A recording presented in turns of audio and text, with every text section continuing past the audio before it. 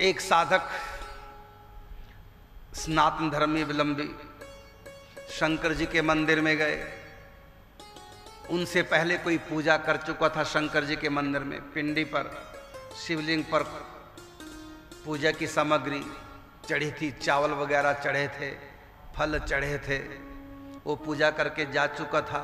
अब इस साधक की बात जब आई, पूजा करने के लिए जो ही मंदिर पहुंचा, देखा वहां चूहा आया और शिवलिंग पर चढ़ करके शिवलिंग पर चढ़ावा नैवेद्य खाने लगा।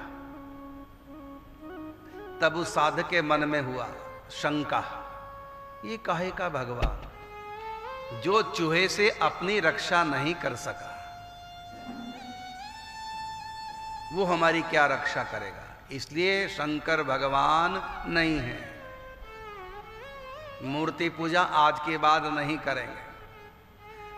फिर वो यज्ञ करने लगे। आर्य समाज धर्म जहां से चला, स्वामी श्री दयानंद सरस्वती जी महाराज की बात सुना रहा हूं। उन्होंने क्या किया फिर कि जिन पर चूहा चढ़ गया अपनी रक्षा नहीं कर सके, इसलिए छोड़ो मूर्ति पूजा को। अब वो हवन यज्ञ करने लगे।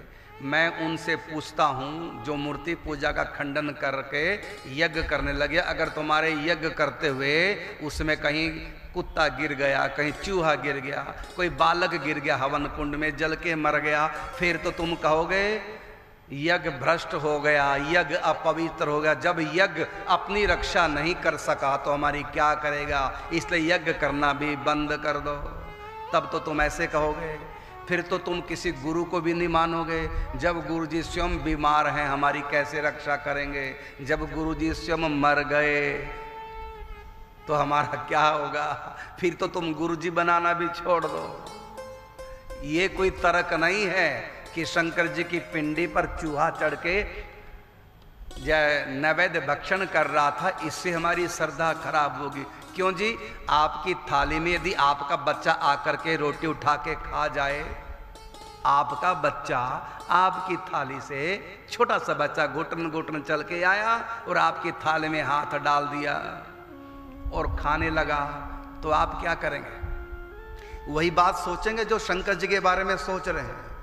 ये चूहा भी तो उन्हीं का बच्चा है। अगर बाप की गोदी में चढ़ करके खाने लगा है तो इसमें अपराध क्या, दोष क्या है।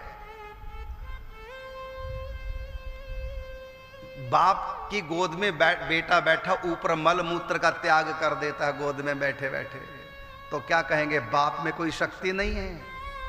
और वो बच्चे को भगाए, बच्चे को कभी गोद ना ले, ऐसा हो जाएगा क्या। बच्चा है तो ये चूहा कौन है, ये मूसक कौन है। ये भगवान की संतानें हैं सारी, हम सब परमात्मा की संतानें हैं। और हमारी आत्मा के बारे में, चाहे वो चूहे की आत्मा है चाहे हमारी, क्या कहा भगवान ने, ममई वांशो जीव लोके जीव भूतः सनातना। ये आत्मा मेरा ही अंश है। तो चूहे की आत्मा किसका अंश है, भगवान शिव का ही तो अंश है वो।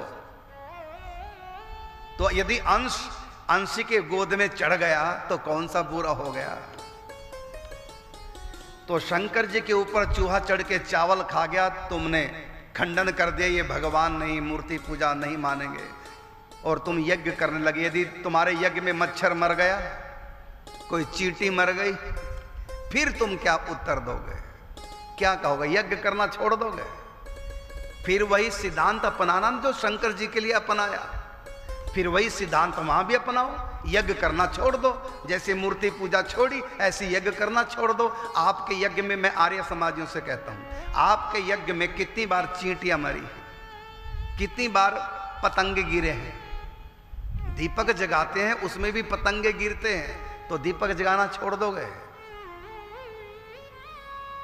यज्ञ में पतंगे गिर जाते हैं, चींटियां गिर जाते हैं, जल के मर जाती हैं, तो क्या यज्ञ करना छोड़ दोगे। जब नहीं छोड़ोगे तो चूहा कहीं चढ़ गया शंकर जी पे, तो मूर्ति पूजा कैसे छोड़ दो। ये कोई तर्क नहीं है। हाँ, इतना कह सकते हैं कि उन संत की इतनी ऊंची निष्ठा नहीं थी। जैसे हमारी निष्ठा है क्या, कि गणेश जी का वाहन चूहा है, और चूहा क्या, सारी आत्माएं भगवान के अंश हैं।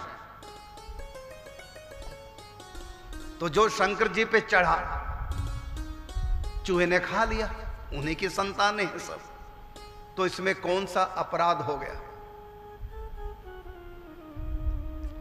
हम इतना ही कहेंगे कि अपनी अपनी श्रद्धा है। कोई यज्ञ को भगवान मान करके उसमें आहुतियां देता है, कोई भगवान के श्री विग्रह में भगवत भाव करके उनमें आहुति देता अर्थात भोग लगाता है। ये तो अपनी श्रद्धा की बात है।